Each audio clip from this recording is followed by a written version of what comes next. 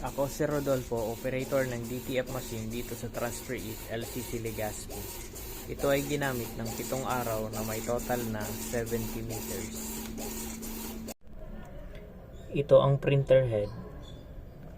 Heto naman ang capping na may 100% good condition. Ang ink system label namin ay tama lang. Ang damper ay pinalitan noong March 2026. Ito ang ABR. Ang waste tank ay nilinis ngayong araw. Dito naman nakalagay ang ground wire. Dito nakalagay ang stock ng unused ink, cleaning solution, DTF powder. Dito naman nakalagay ang stock ng DTF film. Dito nakalagay ang unused ink,